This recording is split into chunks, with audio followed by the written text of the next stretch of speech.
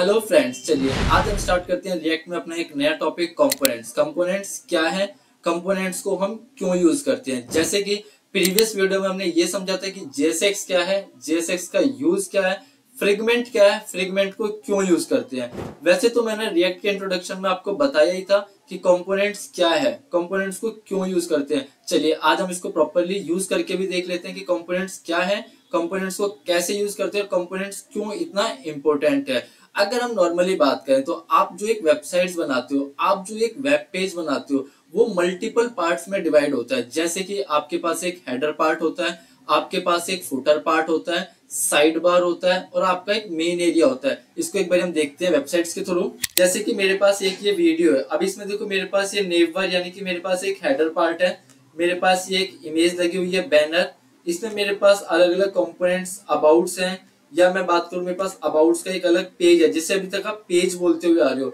या मेरे पास multiple courses हैं। अगर मैं यहाँ से कोर्सेज पे क्लिक करता हूँ तो मेरे पास मल्टीपल कोर्सेज खुल के आ जाते हैं। वेब डेवलपमेंट है, ग्राफिक डिजाइनिंग है, फाइनेंस एंड अकाउंटिंग है।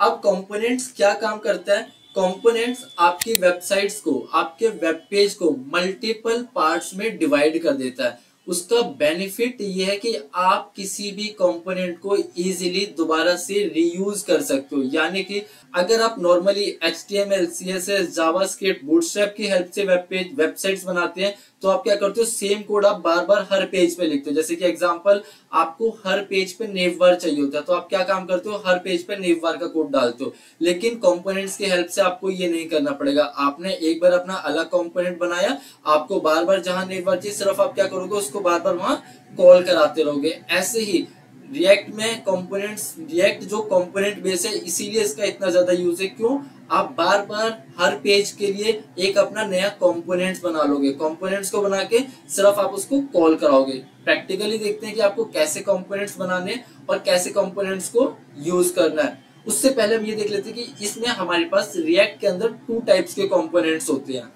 हमारे पास टू टाइप्स के कंपोनेंट्स होते हैं। First class base, class base यानी कि ES6 का जो क्लास टॉपिक, ES6 के अंदर जो क्लास बेस कंटेंट है वो आपका क्लास बेस कंपोनेंट्स होगा। फंक्शन कंपोनेंट्स जो अभी तक आप जावास्क्रिप्ट में फंक्शंस वगैरह यूज करते आ रहे हो, फंक्शन बेस होगा। इसको आगे आगे जैसे जैसे हम प्रोजेक्ट्स बनाते जाएंगे वैसे वैसे देखते जाएंगे कैसे क्लास बेस कंपोनेंट्स को यूज करना है, कैसे फंक्शन बेस कंपोनेंट्स को यूज करना है।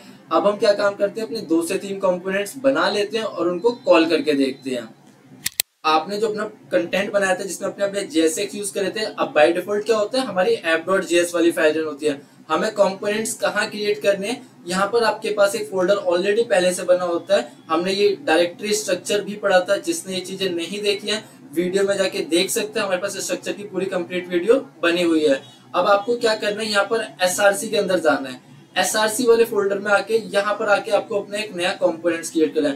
कंपोनेंट जैसे कि हमने पहले भी बात करी थी, कंपोनेंट्स मतलब होता है फोल्डर्स। हम अपना हर पेज के लिए एक अपना नया फोल्डर्स क्रिएट कर लेते हैं।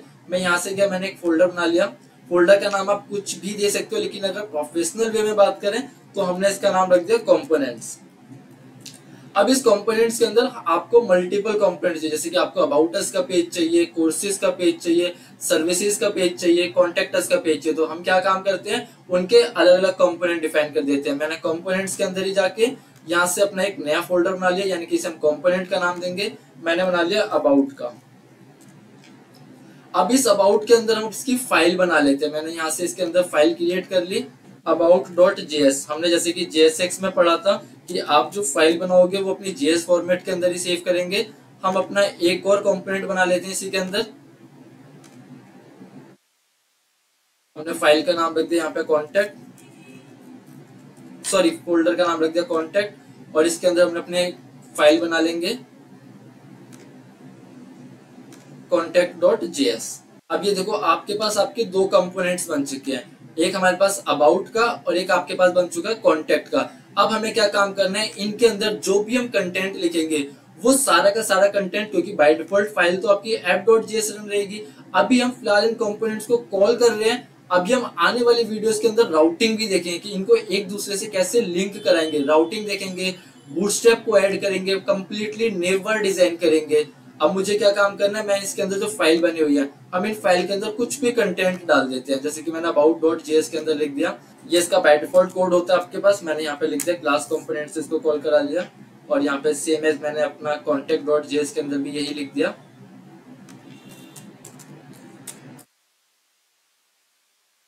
अब हम क्या काम करते हैं, अपनी फाइल को रन कराते हैं। जैसे आप रन कराने के लिए आपको पता ही है कि React.js में फाइल को रन कराने की कमांड होती है npm start, एंटर हिट करेंगे। अब थोड़ा सा टाइम लगेगा आपकी फाइल को रन होने के लिए, जब तक हम वेट करते हैं।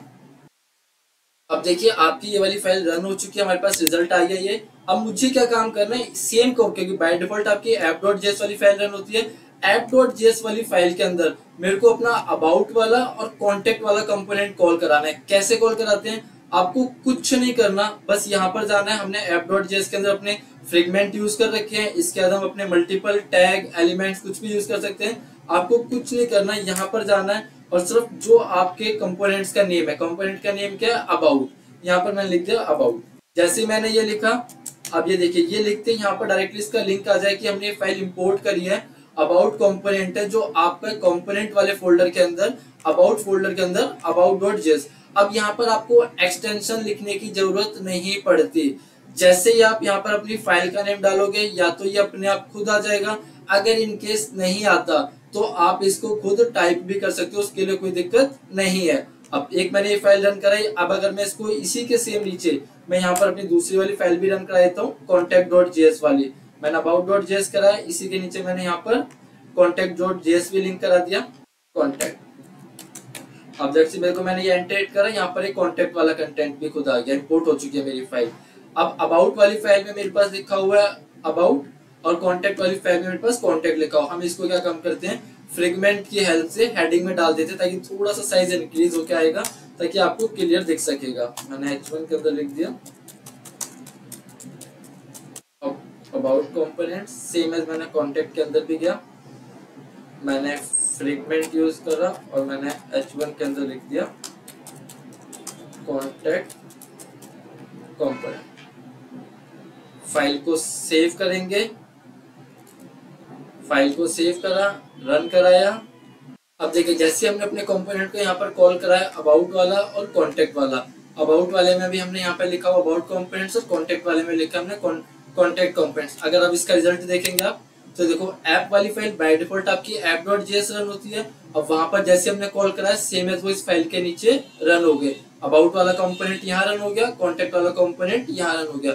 अभी तो फिलहाल हमने प्रॉपर सिंगल एक टेक्स्ट लिखा है, हम पूरे के पूरे डिजाइन बनाएंगे। अबाउट का डिजाइन अलग बनाएंगे, कॉन्टैक्ट का अलग बनाएंगे, हेडर का अलग बनाएंगे, सर्विसेज का अलग बनाएंगे, और उनको इसी तरह हम कॉल कराएंगे। अभी मैंने क्या काम करा, डायरेक्टली कॉल करा दिया। जैसे कि अभी आपने देखा कि मेरा अबाउट वाला जो कंपोनेंट था मैंने यहाँ पर क्या app.js वाली फाइल के अंदर इसको कॉल करा दिया। अभी हम पूरी की पूरी राउटरिंग करेंगे। राउटरिंग मतलब जैसे कि हम नेव बार के थ्रू, हेडर के थ्रू मैं लिंकिंग करूंगा। अगर मैंने अबाउट के पेज पे क्लिक करूं तब अबाउट वाला कंपोनेंट आएगा, और वो भी विदाउट पेज को लोड करे। तो ये थे हमारे आज का टॉपिक कंपोनेंट्स। इसमें हमने ये समझा कंपोनेंट क्या है, कंपोनेंट्स पे कैसे काम करते हैं, कंपोनेंट हमारे लिए क्यों बेनिफिट है, और कंपोनेंट को कैसे कॉल कराते हैं। अभी हमने जितना भी काम करा टोटली सारा क्लास बेस्ड कंपोनेंट में करा। अब हम फंक्शन बेस्ड कंपोनेंट में भी करेंगे कि उसे कैसे काम करते हैं। तो अगली वीडियो में अब हम ये देखेंगे, राउटरिंग करेंगे, बूटस्ट्रैप ऐड करेंगे और अपना कंप्लीटली नेव बार क्रिएट करेंगे।